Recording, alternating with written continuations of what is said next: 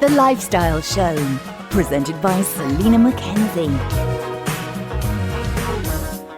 So what makes ordinary people living normal lives abandon everything to join a cult? Well, Emma Kenny, who's a psychologist and true crime expert, delves into gripping true stories, cults operating around us. Great to have you back with us, Emma. Oh, thanks for having me. You're welcome. This is right up there, isn't it, with why are we all intrigued with true crime? Well, I mean, we are all intrigued with true crime, but I think that the thing about cults is that I think that people probably relate to them more than they think. Everybody thinks that they'd never join a cult, but actually the reality is research shows us that every single one of us is at risk of joining cults. So I think one of the things about cults is it's relatable, because when you start thinking about groupthink and how common it is, actually you can see how we fall prey to these situations. Yeah, it always comes across to me when I watch these documentaries that they are vulnerable people, or they're going through a vulnerable time in their lives. Yes, definitely vulnerability plays in. That's certainly one of the motivators, but also purpose, a desire to connect, a sense of wanting community, of a deeper meaning. They're very human experiences and something that most of us go through our lives thinking about achieving.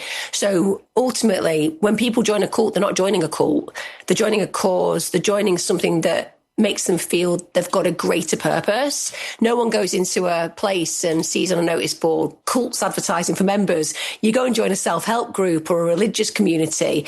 So that's the disguise that cults wear. People don't join a cult, they join something seeking a better life, and then ultimately it morphs into the reality of what it truly is. But that's way down the line, after they've been love bombed and after they've been convinced that this is going to give them salvation, and after they've been made to feel more important than they've ever felt before. It's only then, once they've been gripped and the true hooks are in there, that the true nature of the cult is revealed. And by then, for so many, it's too late. Yeah. And these cult leaders, we've all heard of David Koresh and Jim Jones, some of the more famous ones. Are they in the belief as well, or are they generally doing it as a scam? They're trying to have power and maybe even money. I think where killer cults are concerned, at least 90% of them know it's a con. Don't get me wrong, they're narcissistic, they're Machiavellian, they're psychopathic, they're sadistic. They're individuals who like to be in control and like to feel super important, but they know that they're fake. Even if they've been convinced for their own delusion for a period of time, the fact that they'll be doing fake healings, for example, demonstrates that they're using it for showmanship to convince other people. So they understand that they're people who are lying. But I do think there have been occasional individuals who are outliers. So Marshall Applewhite, certainly from Heaven's Gate, he took 39 people, including himself, to death when he was going to achieve the next level, believing in this new universe where extraterrestrials could take them to this new world, Heaven's Gate itself. I believe that he fully was convinced that he was absolutely taking them to the next level. He's rare. He also didn't have the same dark traits that I just outlined regarding the other leaders, but for the most part, they're con artists, without a doubt. I've not actually heard of him, Marshall Applewhite. Yeah. Marshall Applewhite and Bonnie Lou Nettles, they were the founders. They were called T and Doe at the end of their, like, shall we say, earthly experience. And yeah, it was a very unusual cult because the devotees were truly devoted and there wasn't the same coerciveness that you'd see in other cults. He encouraged people who were struggling to go home and see whether they wanted a life on the outside, and many returned. For those, even cult investigators and cult researchers aren't that comfortable even putting them in the cult area. They call it more about seeking spiritual purpose. They were spiritual navigators. But nonetheless, they all have ended up dead. And they all ended up dead because of a belief system that was completely outside the realms of rational as far as most of us would be convinced. But it happened nonetheless. And if they believed it so much, if Marshall Applewhite believed it so much, is it because he was born into it himself? No, so Applewhite was actually born the son of a Presbyterian minister. He was somebody that I would say had a midlife crisis, stroke awakening. He certainly had sexuality issues, and I think he was born at a time where, unfortunately, the world was cruel towards people who enjoyed same-sex relationships. And when you're brought up in a very religious household and you revere your parents, being gay wasn't acceptable in that religion, and that's very challenging. So never feeling good enough, not for your father, not for God, but actually revering your father and indeed God. I think that being seen as somebody who was important that ultimately he became through Heaven's Gate probably made him feel accepting in God's light and accepting in other people's beliefs. And therefore it kind of quashed those issues that he had around his fundamental sexuality. In fact, he was one of the individuals who wanted to kind of strip himself away from sexuality full stop. He saw that as a very human instinct and didn't want to be part of that. And I think that it was the religious indoctrination within his own family, the feeling that he wasn't good enough within that religion, and then seeking this higher spiritual purpose that kind of leveled himself with people who were maybe straight. That was something that kind of made him feel more at peace with his own feelings within his desires, shall we say. So he wasn't born into it, but certainly religious households play into cult leadership very often. And what about David Koresh? Do you think he was a scam artist? Do you think he knew exactly what he was doing? Yeah, without a doubt. I mean, he wanted to be a pop star before he was actually the leader. Right. I think what he really enjoyed with respect was the fact that he could create a set of rules and regulations for everyone to follow that he didn't need to. He rebranded himself as a sinful Messiah. So basically, Jesus was a little bit too perfect. Therefore, I've come back as the simple Messiah to bring you to God, to create a house of David. By the way, that's going to mean that I'm going to have sex with all of your wives and I'm going to have children with your wives and you're going to be okay with it. But what he did have was captivating personality. There is no doubt if you watch him lecture, he's captivating, he's charismatic, he's interesting, he's very superior and egotistical. But again, they're traits that we often have people wanting to aspire to. Like we look at people who are actors with those kind of attitudes and people aspire to be like them. So because of that, fundamentally, it meant that those people wanted to reach him and they'd reach him however they could. And of course, if you're a cult leader, that will be through sexual manipulation. It'll be coercive control. It'll be through making people to do things that they wouldn't ordinarily do.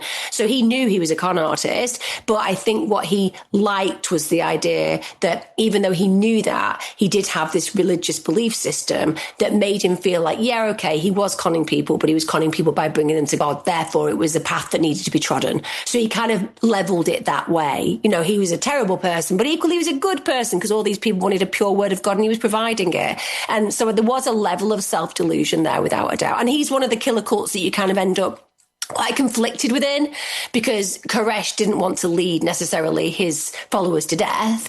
It was more of an ego issue between him, the FBI and the ATF. They were the forces that collided to create the siege and finally to create the ultimate deaths of those individuals within it. Yeah. What is it that gives them these magnetic personalities? I mean, you mentioned that, people loved David Koresh, whether it was because he was, some people would say nice looking, or whether it was his personality. Yeah. But it's like, some of these serial killers that go to prison, they have fans writing to them. What is it about them? Well, I mean, there's this personal, paraphilia that certain individuals have, which is where they're sexually attracted to people who've done horrible things. And it's a kind of maladjusted sexual connection. So that's one reason why people do it, because they genuinely ultimately like that darkness. I think the other side of it is that people feel, particularly the vulnerable, that person can't cheat on them, that person needs them, that they can fix that person. I mean, how many women do we know, particularly who go around thinking that the bad boys can be fixed when actually they ultimately end up destroying them? That's the kind of motivation as to why people will write. And also that sense of maybe excitement, feeling that they have an exclusive relationship with these individuals that other people don't have, that they're privy to knowledge that other people don't have. But I think ultimately it either comes down to that sexual connection, which is paraphilia orientated, or it comes down indeed to believing that this person is just misunderstood. And if only they'd met me earlier, they would never have ended up killing 25 people in the most horrendous of ways. That tends to be why people are motivated to do that. Yeah.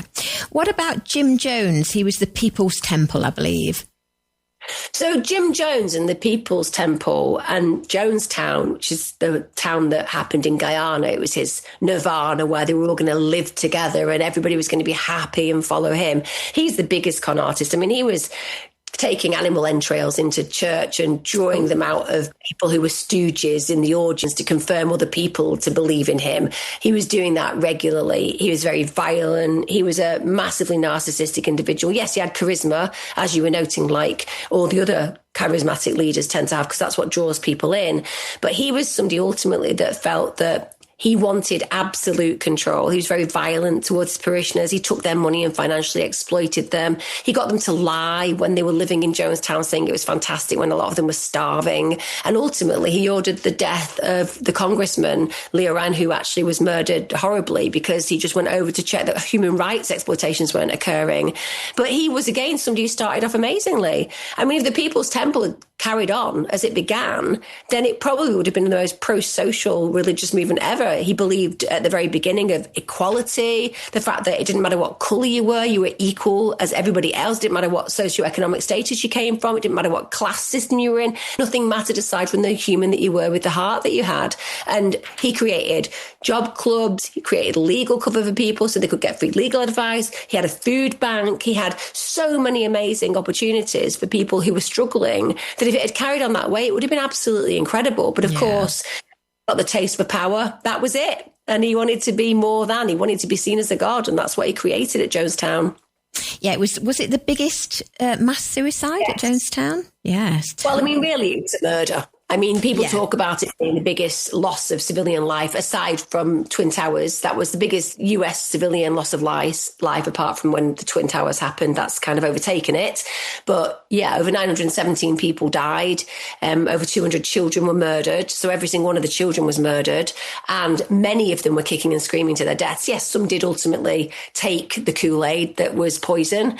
But nonetheless, very many of them were murdered. It's as simple as that. It's very hard to get people, once you see people frothing at the mouth and fitting in agony, it's very hard to get people to agree to go down that path when they're watching it play out in Technicolor in front of them.